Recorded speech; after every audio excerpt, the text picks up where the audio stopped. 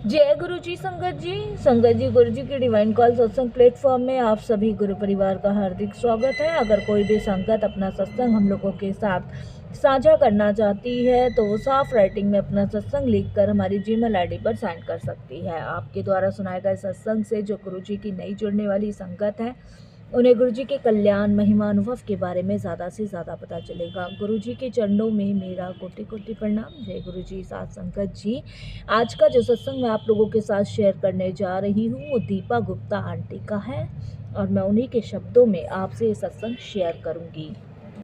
मैं संगत जी गुरु जी की शरण में 2014 में आई थी। इस दौरान उन्होंने मुझे बहुत कुछ दिया और मेरे इकलौते बेटे की रक्षा करी। कुछ साल पहले एक पंडित ने हमें कहा था कि मेरे बेटे के 11वें साल में उसे कोई खतरा था। यहाँ तक कि पंडित ने हमें आने वाली विपत्ति की तारीख और समय तक लिख कर दे दिया था, 20 जुलाई 2015। लेकिन मुझ पर दिव्य कृपा हुई और गुरुजी की शरण में आकर मैं चिंता मुक्त हो गई। संगत जी, जैसे जैसे वो तारीख करीब आ रही थी मुझे डर लग रहा था, पर गुरुजी की कृपा और प्रेरणा से मैंने गुरुजी के जन्मदिन पर अपने घर में सत्संग रखा।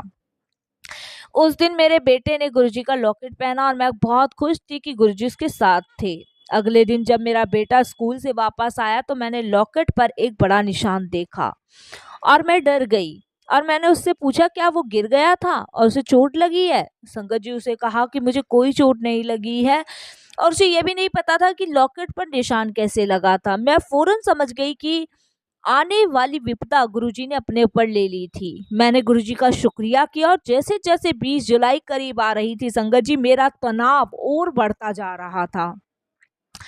उस तारीख से एक दिन पहले मैंने घर में पूजा की, कड़ा प्रसाद बनाया, भोग लगाया। मेरे परिवार ने प्रसाद पर 2 बार गुरुजी के आशीर्वाद का पावन चिन्ह ओम देखा। गुरुजी के आशीर्वाद से 20 जुलाई की तारीख आई और शांति पूर्वक निकल गई और मेरे परिवार के साथ होने के लिए और सदा हमारी रक्षा करने के लिए मैं गुरुजी का तहे दिल से शुक्राना करती हूँ। और संग गुरुजी, मैं आपसे बहुत प्यार करती हूँ। आई लव यू गुरुजी। संगत जी, साल 2013 में हमें बहुत गहरा धक्का लगा जब अचानक हमने अपने पिता को खो दिया। हमारी माँ ने जीने की उमंग खो दी थी और वो उदास रहती थी। संगत जी, हम 4 बहनें पूरी कोशिश करती कि उन्हें हम खुश रख सके, पर उनकी हालत में कोई भी सुधार नहीं आ रहा था। 1 साल बाद जून 2014 में माँ ने नाक के पास दाहिने गाल में दर्द की शिकायत की। यह सोचकर कि दर्द सर्दी जुकाम के कारण होगा, हमने उस पर ज्यादा ध्यान नहीं दिया। मगर संगत जी, दर्द इतना बढ़ता गया और हमें उन्हें अपने घरेलू डॉक्टर के पास ले जाना पड़ा। जुकाम की दवाइयों से उन्हें कोई राहत नहीं मिल रही थी और फिर उनके एक्सरे कराए गए। हमें एक्सरे की रिपोर्ट न्यूरोलॉजिस्ट को दिखानी थी और संयोग से मेरी बड़ी बहन की सहेली न्यूरोलॉजिस्ट थी, जिसने वो रिपोर्ट देख के उसने हमें एमआरआई कराने की सलाह दी, जिससे पता लगा कि एक अक्रम ट्यूमर था जो उनकी गाल की हड्डी पर तेजी से बढ़ रहा था। संगत जी, हमें माँ को दिल्ली में एक बड़े अस्पताल ले जाने की सलाह दी गई। एक भी दिन बर्बाद किए बिना मेरी बहन माँ को दिल्ली ले गई। उन्होंने माँ को 3 अस्पतालों में 3 डॉक्टरों को दिखाया, पर सबका जवाब एक सा था, ट्यूमर बहुत बड़ा है और बहुत तेजी से बढ़ रहा है। उसने पहले ही ऊपरी जबड़े पर असर कर दिया था और जिस तेजी से वह बढ़ रहा था, माँ की आंखों और सिर की हड्डी पर भी जल्दी असर करता। संगत जी, सभी ने ऑपरेशन कराने की हमें सलाह दी और ये भी कहा डॉक्टरों ने कि जल्द से जल्द आप ऑपरेशन कराएं। संगत जी, हमें उनमें से एक अस्पताल के डॉक्टर जो हमें सबसे अच्छे लगे, जिस पर माँ का ऑपरेशन करने की सलाह उन्होंने हमें दी, उन्होंने हमें सारी स्थिति समझाई। क्योंकि संगत जी, ट्यूमर इतना बड़ा था कि गाल को काट कर ही उस तक पहुंचा जा सकता था। गाल की हड्डी जिस पर आंख टिकी होती है वो भी हटाई जाती। इसका परिणाम यह होता संगत जी कि ऑपरेशन के बाद माँ का चेहरा बहुत ज्यादा खराब हो जाता, उनका गाल अपनी आकृति खो देता और आंख नीचे लटक जाती। माँ की आंखों की रोशनी भी जा सकती थी। डॉक्टर ऑपरेशन की जो तारीख थी उन्होंने हमें बृहस्पतिवार दी कि बृहस्पतिवार को आप अपनी माँ का ऑपरेशन करवाएंगे। संगत जी, 3 दिन बाद हम बहुत दुखी थे क्योंकि हमारी माँ 74 साल की उम्र में थी अपने रूप को लेकर वो बहुत संचेत थी। जब हमें उन्हें ऑपरेशन की आवश्यकता से अवगत कराते तो संगत जी वो बहुत दुखी होती। जब हमने माँ से बात की तो वह चुप रहीं। उसी दोपहर मेरी छोटी बहन जो नोएडा में रहती है, अपनी आंटी से उन्होंने गुरुजी के बारे में सुना, जिन्होंने गुरुजी द्वारा किए गए चमत्कारों के बारे में उन्हें बताया। संगत जी, हमने सोमवार को ही माँ को बड़े मंदिर ले जाने का निश्चय किया। मंदिर में पॉजिटिव तरंगे महसूस करके हम सबकी मनोदशा को सहारा मिला। हम सब ने गुरुजी को समर्पण कर दिया, क्योंकि हमारे पिता नहीं थे। हमने गुरुजी को अपने परिवार का मुख्य माना। हमारे पिता, हमारे दादा, हम सब की बस एक ही सोच थी कि हम वही करेंगे जो गुरुजी चाहेंगे, और गुरुजी का जवाब हमें माँ के जरिए मिलेगा। अगर वह ऑपरेशन के लिए हाँ कहेंगी तो हम ऑपरेशन कराएंगे, अन्यथा नहीं। बड़े मंदिर से वापस आने के बाद माँ ने कहा कि वह ऑपरेशन के लिए तैयार हैं। संगत जी, अगले 3 दिन हमने गुरुजी से बहुत प्रार्थना करी, क्योंकि बृहस्पतिवार का दिन था ऑपरेशन करने का। संगत जी, ऑपरेशन का दिन आ गया। माँ को अस्पताल में भर्ती किया गया और हमने उनके तकिए के नीचे गुरुजी का एक छोटा सा स्वरूप रख दिया। माँ ने डॉक्टरों से लेजर सर्जरी करने का अनुरोध किया। डॉक्टर ने उन्हें हाँ कर दी, किंतु हमें निर्णायक ढंग से कहा कि क्योंकि ट्यूमर बहुत बड़ा था इसलिए लेजर सर्जरी करना नामुमकिन था। संगत जी, माँ को तो उन्हें कहना ही पड़ा कि वो कर देंगे ताकि वो ज़्यादा परेशान ना हो। लेकिन संगत जी, लेजर सर्जरी करना पॉसिबिलिटी ही नहीं थी, क्योंकि ट्यूमर बहुत ज़्यादा बड़ा था। संगत जी, ऑपरेशन 4 से 5 घंटे चलने वाला था। हमने अस्पताल में रक्तदान करने का निश्चय किया और मेरी छोटी बहन जो गर्भवती थी, अस्पताल के कक्ष में प्रतीक्षा कर रही थी। संगत जी, जल्द ही उसे डॉक्टरों का बुलावा आया और उसे ऊपर ऑपरेशन थिएटर के बाहर डॉक्टरों से मिलने को कहा गया।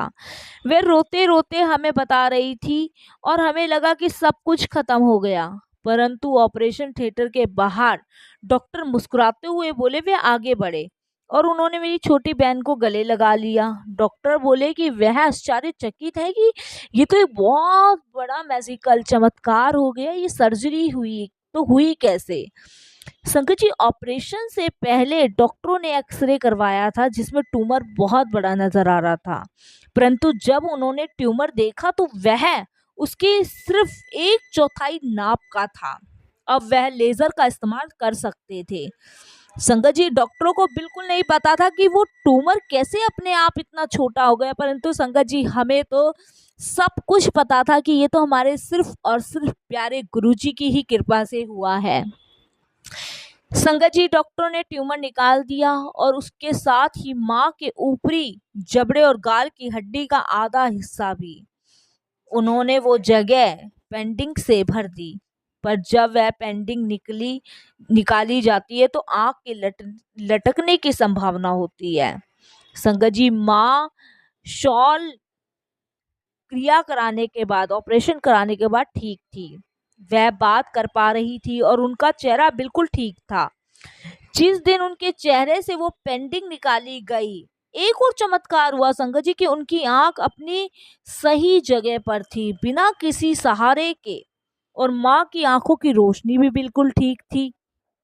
संगत जी, डॉक्टर हैरान थे, हम बहुत खुश थे और हमने एक बार फिर गुरु जी का धन्यवाद किया। माँ के साथ और बहुत चमत्कार हुए संगत जी। सर्जरी के 10 महीने बाद तक वह हमारे बीच रही।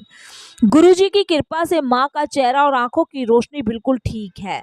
उनके गालों की आकृति बिना गाल की हड्डी के भी काम कर रही है और संगत जी, आंख बिना किसी सहारे के अपनी जगह पर टिकी हुई है। यह सब सिर्फ गुरुजी की कृपा से हुआ। हम गुरुजी के आभारी हैं कि उन्होंने माँ का चेहरा बिगड़ने नहीं दिया। संगत जी, अब मैं जो सत्संग आपको सुनाऊंगी वो मेरे अंकल का है और मैं उन्हीं के शब्दों में आपसे अपना अंकल का सत्संग शेयर करूंगी। संगत जी, 2005 में जब दीपक गुप्ता बड़े मंदिर में गुरुजी के जन्मदिन की तैयारियों में व्यस्त थे तो उनको एक और भक्त का फोन आया। वह उनको एक बैग देना भूल गए थे। अब उन्हें 10 किलोमीटर दूर छतरपुर मंदिर मोड़ पर जाकर वो बैग देना था। वह बैग देना अति आवश्यक था। संगत जी, उस दौरान बहुत तेजी से बारिश हो रही थी, सड़क गीली थी और दीपक 100 किलोमीटर प्रति घंटे की गति पर जा रहे थे। छतरपुर मंदिर से 3-4 किलोमीटर पहले एक मोड़ पर अचानक उन्होंने देखा कि एक टेम्पो रास्ता रोक कर खड़ा था। गाड़ी इतनी तेज गति पर जा रही थी संगत जी की टक्कर होने से पहले उसे रोक पाना मुमकिन नहीं था और ना ही टेम्पो से बचकर निकल जाने की जगह थी।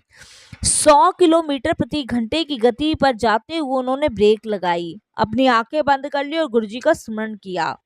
संगत जी, धम धम धनाधन उनको बस कुछ झटके महसूस हुए और उन्होंने अपनी आंखें खोली तो उन्होंने देखा कि उनकी गाड़ी टेम्पो से आगे निकल चुकी थी।